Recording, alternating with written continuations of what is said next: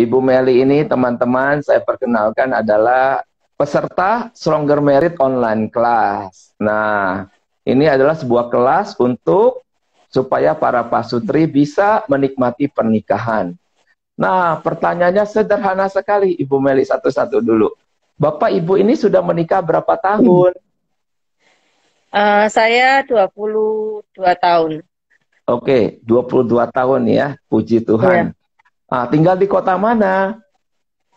Saya di Situbondo, Oke, Jawa situ. Timur. Ya, itu kota saya belum pernah pergi loh, Bu. Padahal saya termasuk orang yang sering berkeliling kota loh. Tapi kalau Iya, ke di sana sini kotanya kecil. kecil ya, ya. Semoga loh nanti setelah ini semua lewat ya, bisa mampir di situ Bondo. Wah, senang sekali. Ya, senang sekali. Nah, iya, anaknya Bu Meli ada berapa? Saya anaknya dua, cowok sama cewek. Oke, oke. Ini rasanya kalau dua tahun pernikahan berarti mereka sudah pemuda semua ya, Bu Meli ya. Iya, betul, Pastor. Ya, dan pergumulannya pasti ada juga. Karena saya percaya setiap tahapan pernikahan itu mengandung apa tantangannya masing-masing. Begitu ya, Bu Meli. Iya, betul. Bu Meli, boleh tahu waktu kemarin sebelum ikuti kelas Stronger Merit, sebenarnya ada kesulitan apakah misalnya yang mungkin bisa di-sharingkan sehingga akhirnya mengambil satu tekad ya bersama Bapak, suami Ibu Meli namanya Bapak Sujono, adalah seorang notaris di Situbondo. Ya, boleh Bu Iya, di-sharingkan Bu, silakan. iya. Saya pada waktu mengikuti, mau mengikuti Stronger Merit itu awalnya kan saya kayak nggak berminat gitu ya. Karena Hmm. saya pikir saya ini bisa mengatasi sendiri gitu. Hmm. Nah, ternyata dengan mengikuti Stronger Merit itu memang benar-benar kita ini dibimbing gitu. Bagaimana kita ini dapat menyelesaikan setiap permasalahan itu. Hmm. Sebetulnya kadang kan kita merasa kita ini nggak bermasalah gitu. Tapi Hmm. saya pikir setiap berumah tangga itu pasti adalah masalah-masalah yang kecil-kecil seperti itu.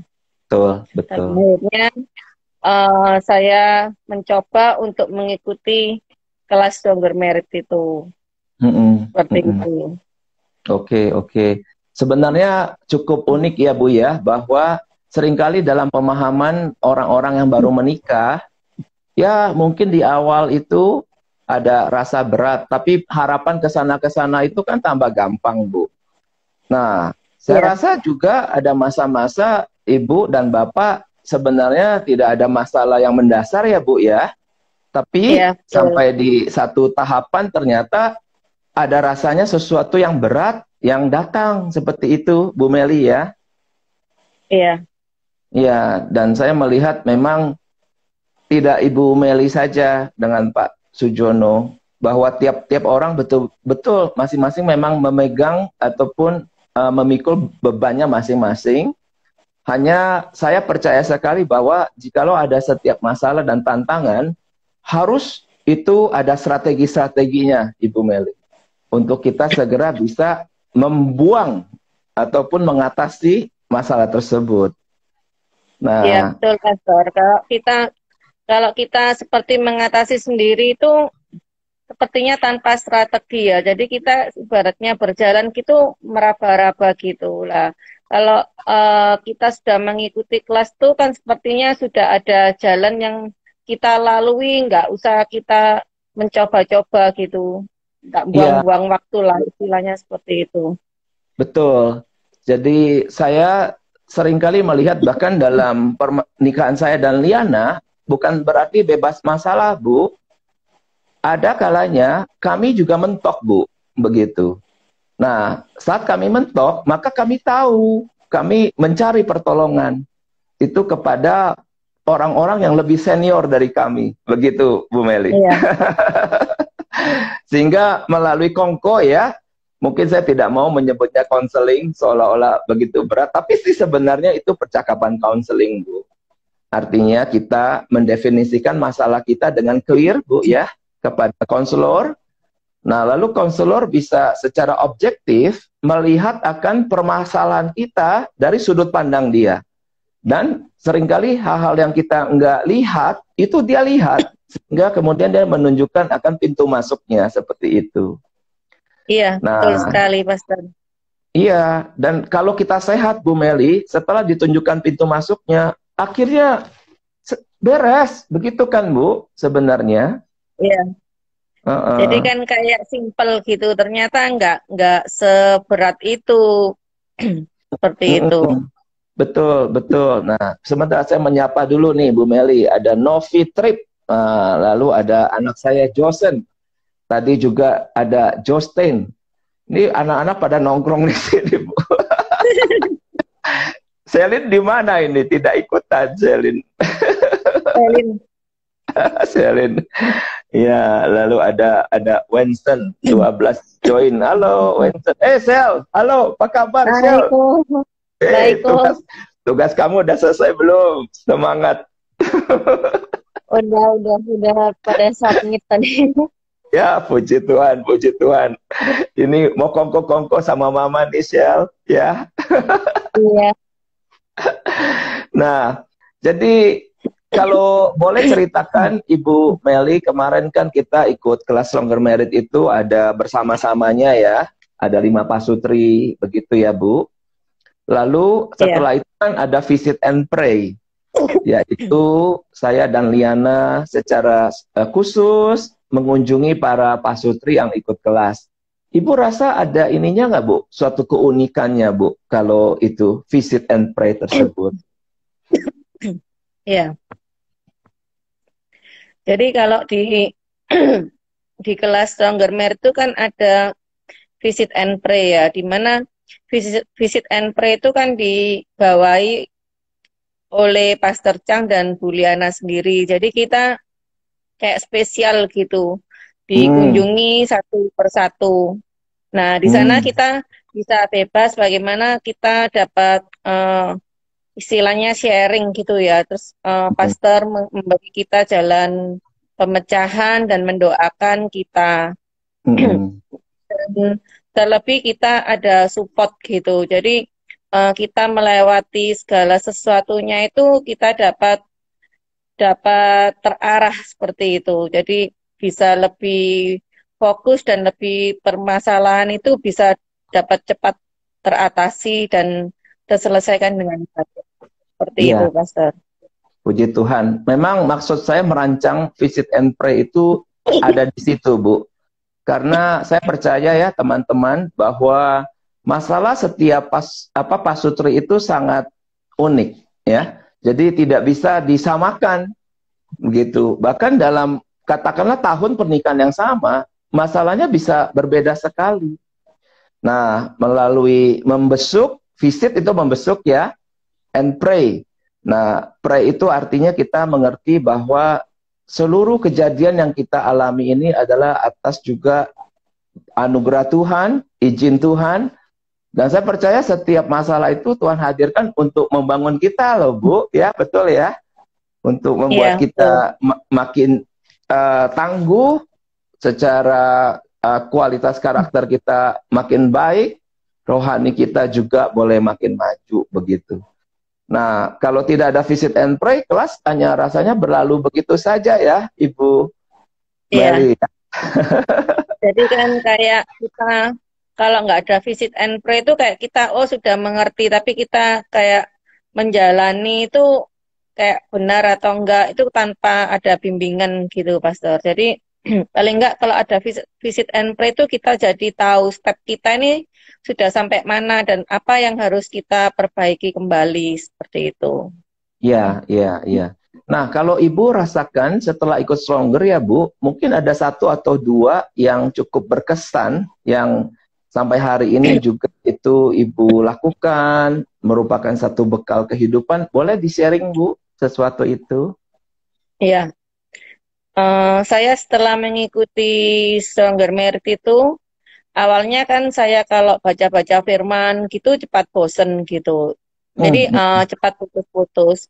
Nah, di mana di Stronger Marriage itu salah satunya kita ini diajarin bagaimana kita ini intimacy with God gitu.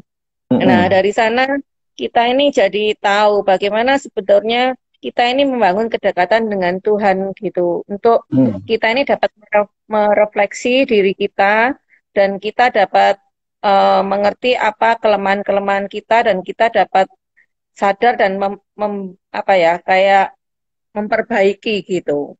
Hmm. Nah, di Oke. situ tidak lepas dari kalau kita nggak ada intimacy with God ya, kita ini nggak ada Roh Kudus yang bisa menegur kita gitu. Kita Hmm.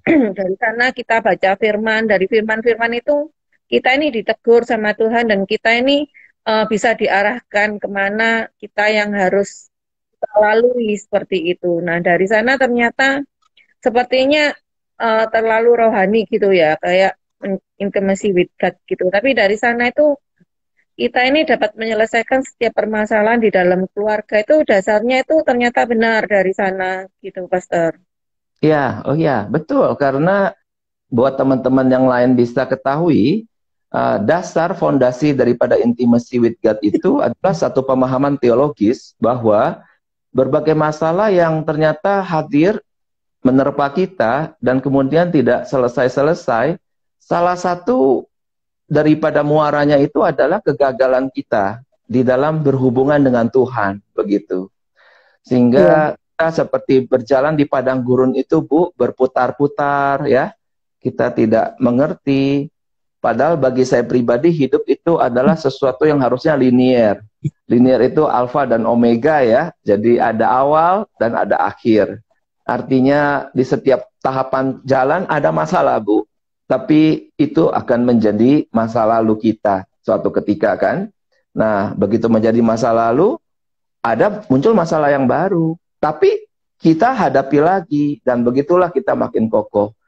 Tapi seringkali kalau kita ada kesulitan untuk membina hubungan intim dengan Tuhan, ternyata ya begitulah masalah yang rasanya sederhana ya Ibu Meli, kita bisa sampai pusing 7 dan 8 9 keliling.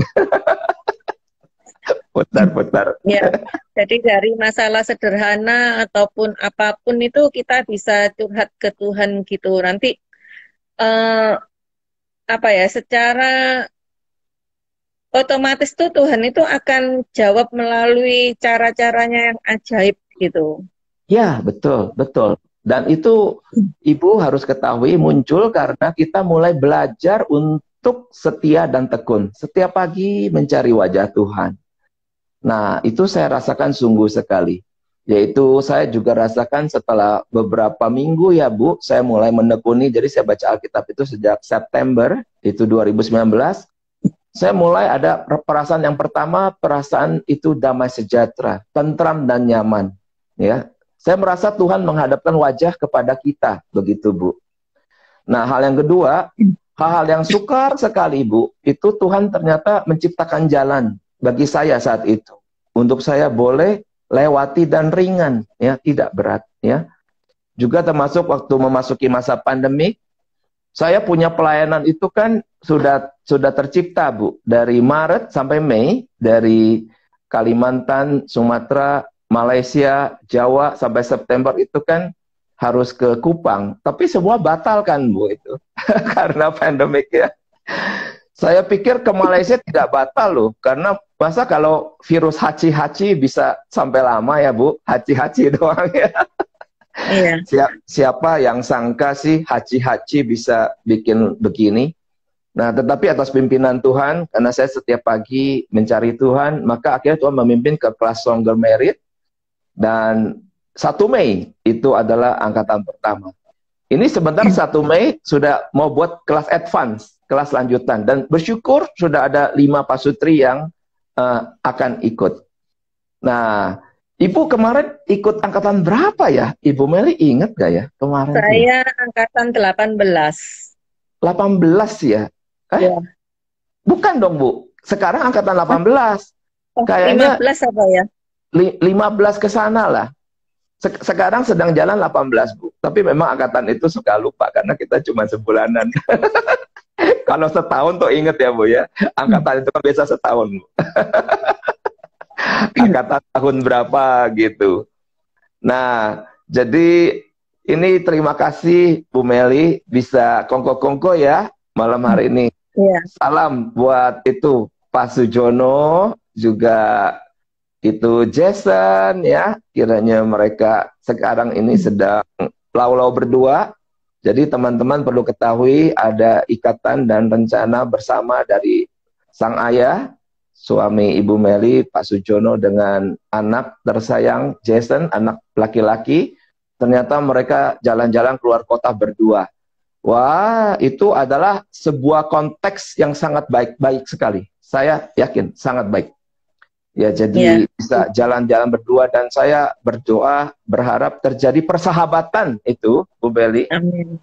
Antara Pak Sujono dan itu Jason ya, supaya sepanjang jalan Jason, dia kalau ada masalah, dia tidak akan lupa bahwa seorang ayah itu ada di sisi dia.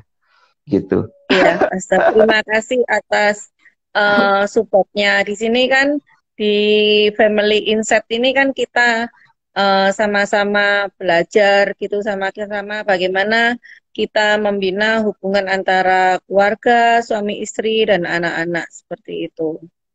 Iya, iya, Ibu. Oke, Ibu ada pertanyaan nggak malam hari ini, Bu? Saya mau tahu ada pertanyaan.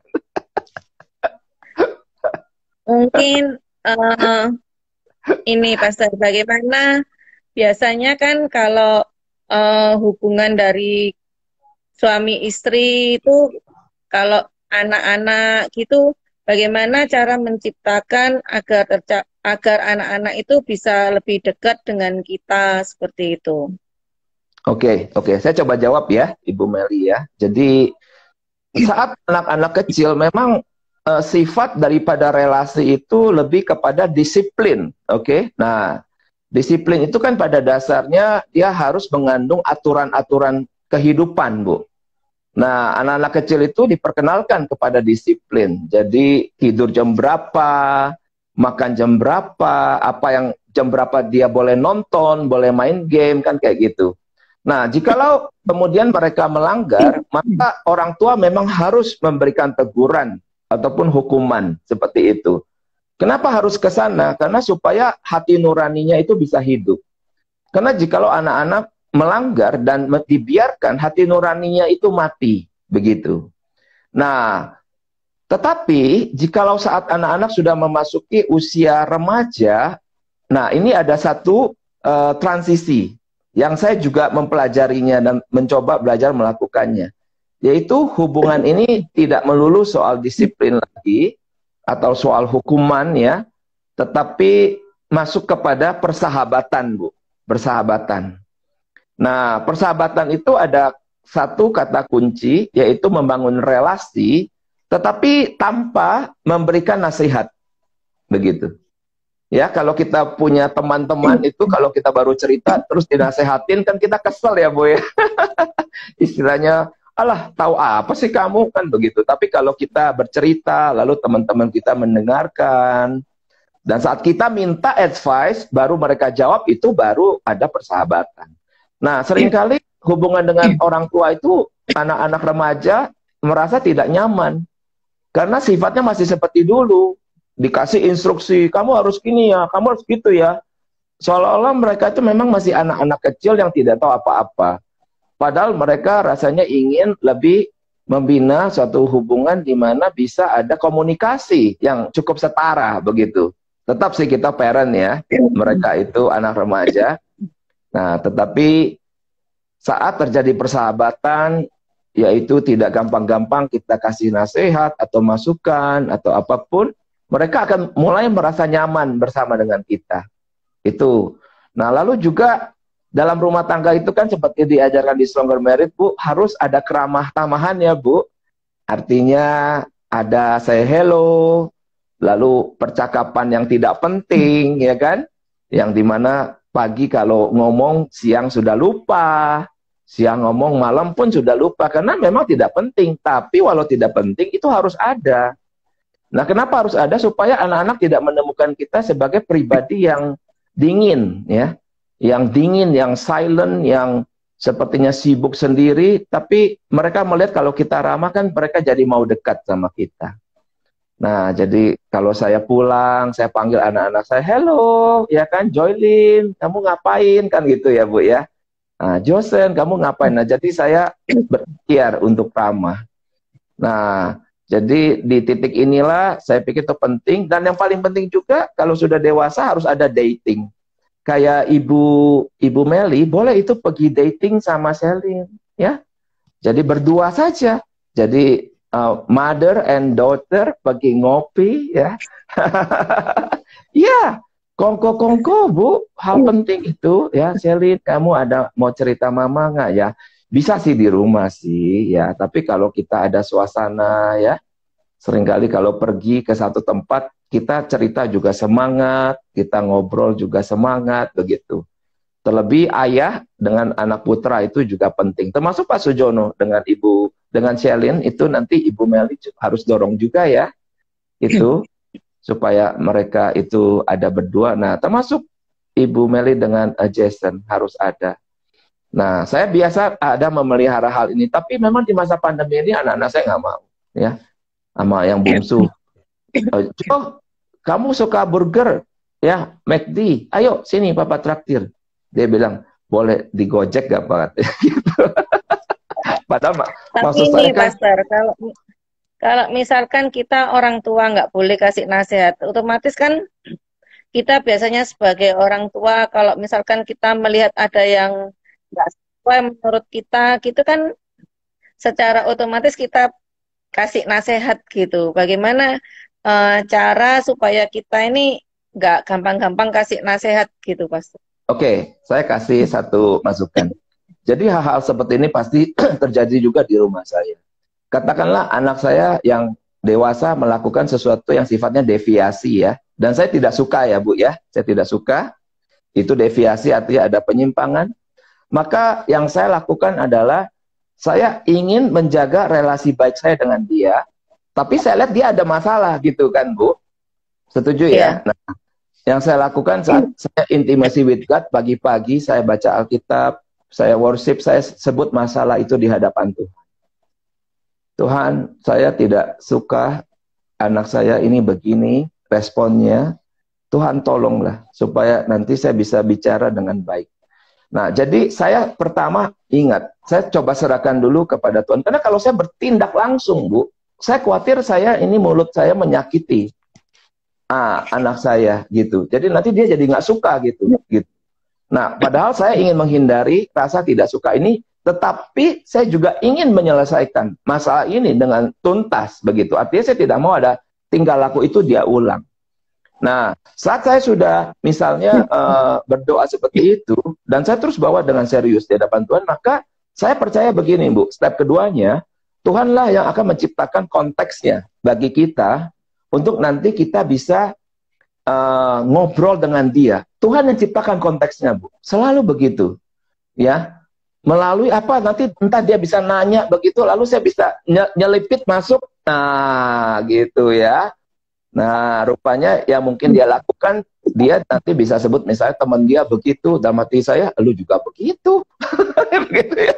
Nah, sekarang nih, Bang ngomong nih, nah aneh loh, bisa-bisa seperti itu, Bu. Nah, jadi itu teknik saya. Karena tetap saya ingin yang nomor satu, saya khawatir, Bu, bahwa saya ngomong atas authority, ya, lalu kemudian melukai, dan kalau terus-menerus nanti dia akan menjauh. Dia tidak akan suka.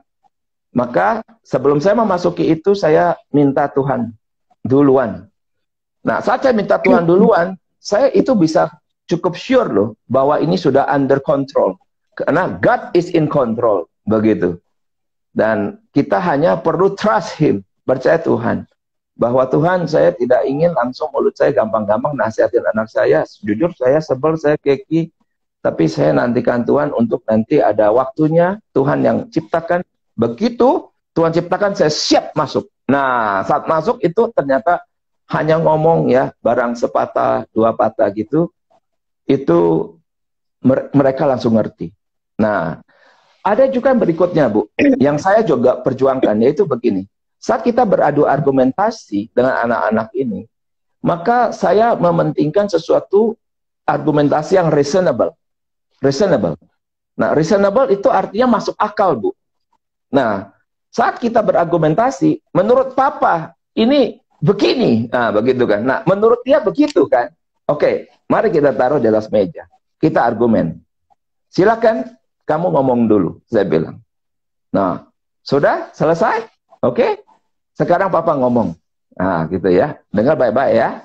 Nah, biasa itu kami lakukan di family altar, Bu. Jadi yang nonton ada yang lain nih, Bu. Ada adiknya ya. ada istri saya Liana, semuanya itu satu meja. Dan seringkali memang saya membawa masalah itu juga di family altar. Jadi kami ada ketemu seminggu 2 kali untuk mendiskusikan ini semua. Dan saya membuktikan berkali-kali bahwa saya harus objektif. Nah, objektif itu artinya nanti kalau dia tanya temennya ya, temennya akan bilang, ya bener bapak lu lah J, misalnya gitu. Nah, jangan sampai dia cerita ke temennya bilang gini, kayaknya aneh bapak lu ya. Jangan sampai gitu kan, Ibu. Jadi kan jadi nggak enak. Iya, memang bapak gua aneh itu. Wah, silakan kalau gitu ya. Nah, jadi itu yang saya coba. Dan biasanya setelah saya berargumen, saya akan nanya, bagaimana kamu? Kamu ada lagi yang mau kamu sampaikan? Ayo, kita selesaikan baik-baik. Karena kamu harus bisa memilih yang benar dan bisa membuang yang tidak benar. Dan Papa tidak ingin ada pikiran-pikiran tidak benar tuh menguasai kamu. Dan inilah fungsi Papa. Selama Papa masih hidup, Papa masih waras, masih sehat, kamu bisa ajak, bicara, bertukar pikiran. Begitu. Jadi ini adalah sebuah kebudayaan, kita sebut culture ya Bu ya, yang harus diciptakan. Nah itu nanti peran Ibu Meli adalah berdoa gitu Bu, bagi keluarga ini. Ya, bahwa ada sasaran ke arah sana. Begitu. Berarti kalau misalkan pada di sehari-hari gitu, kemudian kita nggak suka gitu dengan sikapnya atau apa, atau keputusannya, kita diam dulu gitu ya Pastor ya, tunggu waktu yang tepat gitu. Seperti itu atau bagaimana? Bisa begitu, sangat bisa begitu. Jadi tindakan dia kita nggak setuju, keputusan dia kita tidak setuju, pandangan dia kita tidak setuju, anak ini ya, kita tidak langsung untuk adu argue. Adalah jauh lebih baik Ibu simpan dalam hati seperti Maria, lalu bawa kepada Tuhan, kalau perlu dicatat, Tuhan pikiran anak saya dan tekadnya seperti ini. Mohon Engkau adalah hakim yang agung dan baik untuk bisa menengahi supaya jikalau betul, siapa tahu anak itu betul. Betul ya, Bu ya, siapa tahu anak itu betul. Yeah. Cuma kitanya yang kurang presisi atau kita mungkin terlalu emosional saat kita melihat situasi tersebut, lebih banyak emosi kita dan kita kekurangan apa mungkin pengalaman berpikirnya atau bagaimana. Terlebih sangat baik Bu, kalau Ibu retret dulu, maka Ibu bisa membawa semua kejadian catatan ini discuss dengan suami, dengan Bapak. Jadi Ibu cerita saja, kamu tahu nggak tadi itu ya, begini-gini. Aku sih belum ngomong apa-apa, tapi aku kok rasa nggak serap. Menurut kamu gimana? Nah, jadi di situ nanti ada kesepakatan. Nah, setelah betul terjadi objektivitas dari pandangan Bapak dan Ibu sepakat itu tidak benar, baru panggil anak itu. Gitu. Ini Mama, Bapak sudah pikir loh selama beberapa hari. Dan rasanya ini yang kami mau sampaikan. Nah, nanti dia bisa, kalau betul itu adalah utara dan selatan ya, itu bisa terjadi, dianya kesal, dianya marah, tapi dia tahu bahwa Ibu saat menyampaikan itu tidak secara impulsif gitu. Tidak secara sontak gitu, paham Ibu ya? Tapi ada 1-2 hari yang dia nanti hargai. Dia akan hargai karena waktu Ibu kumpulkan itu, ngomongin Ibu juga tenang. Tapi kalau seketika, wah Bu biasa, wah itu nanti rasanya suasana jadi buruk. Nanti ujung-ujungnya anak-anak jadi tidak akan terbuka kepada kita. Ah, malas sudah kemarin waktu saya ada begini saja. Misalnya mama atau papa begitu responnya. Sudah. Nah, itu bahaya ya Bu ya. kalau sampai terjadi itu. Kita tidak mau. Maka karena itu kita tahu anak-anak tidak selalu benar. Dia masih muda. Kalau menurut saya cara pandang mereka seringkali masih immature, ya. Cara pandang kita lebih mature karena kita udah 2 kali lipat, 3 kali lipat umur. Tetapi tetap seringkali mereka ada poin benarnya. Seringkali ada poin benarnya yang kita patut dengarkan. Begitu, Bu. Gitu. Iya. Kemudian ini Pastor, kalau Pastor kan biasa kasih kita arahan supaya kita dating gitu ya, dating untuk berdua gitu.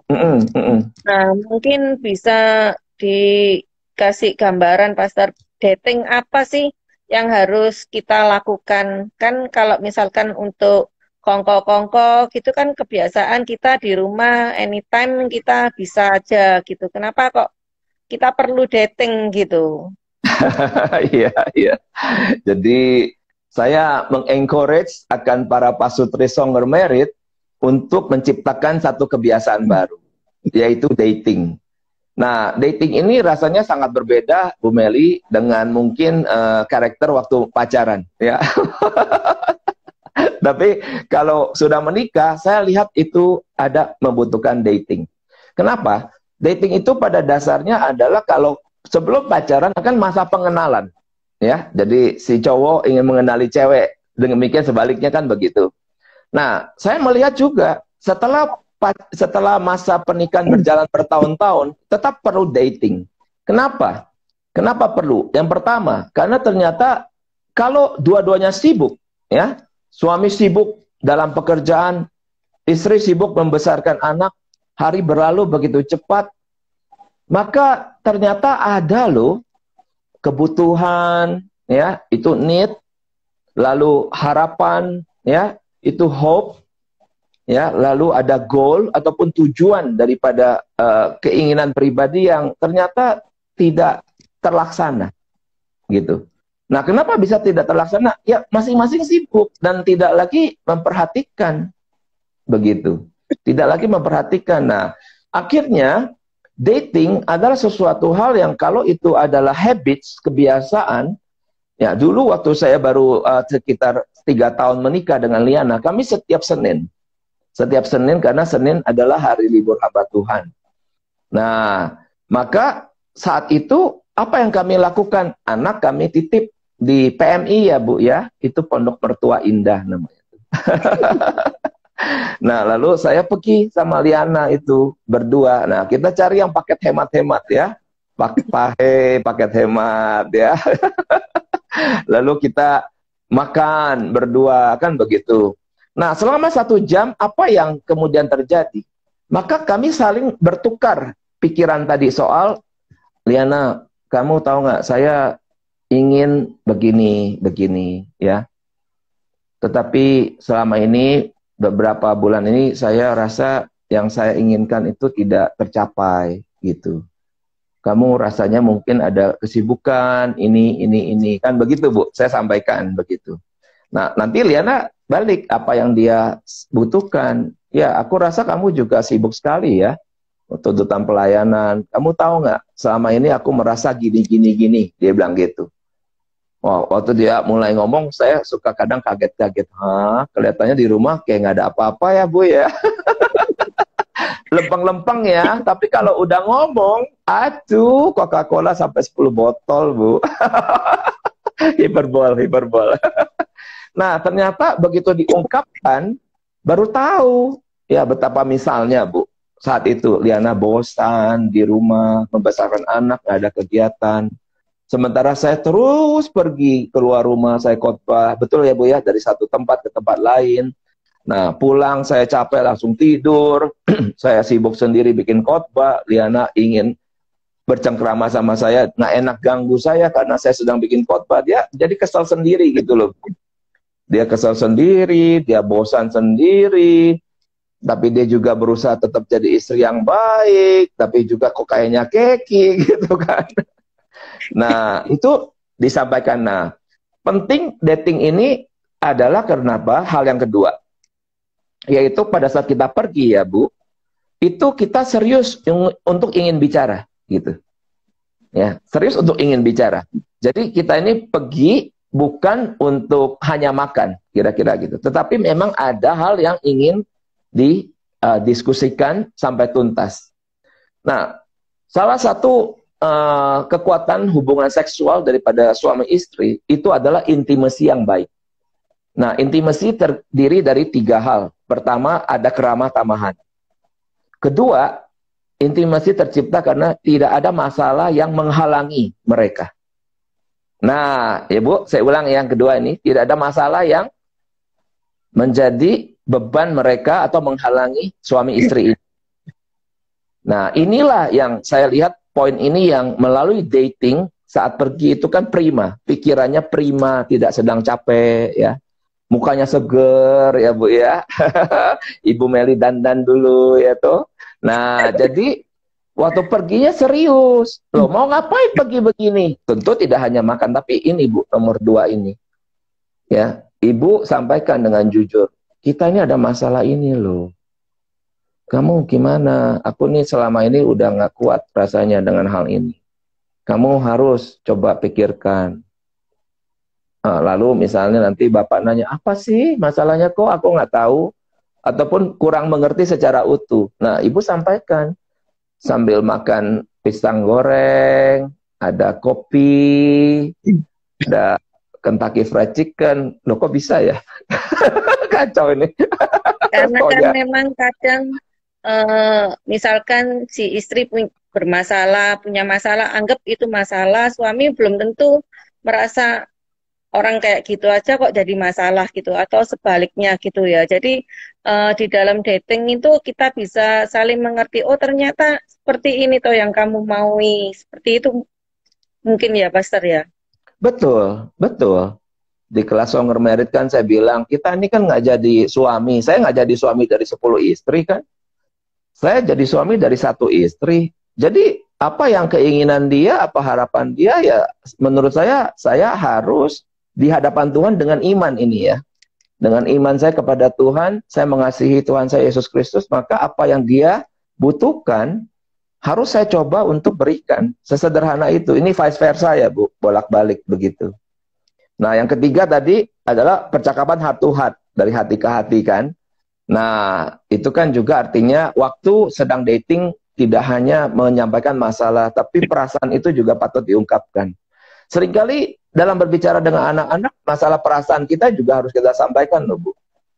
Jadi kalau misalnya, kok papa sedih ya kalau kamu kayak gitu ya, gitu. Papa kok kayak nggak senang loh kamu begini. Nah, wilayah perasaan itu kita juga mau ungkapkan kepada anak-anak. Saat anak-anak udah dewasa ya, jadi kita sampaikan akan kita punya ketidaksukaan. Nah, tapi juga waktu mereka berhasil ya kita harus puji sih. Kita harus appreciate ya pencapaian-pencapaian mereka. Gitu Bu, soal dating saya nanti berdoa. Setelah Pak Sujono dating dengan Jason, nah nanti pulang Pak Sujono dating dengan Ibu. Begitu ya, Ibu Meli? Iya, Pastor, terima kasih banyak. Iya.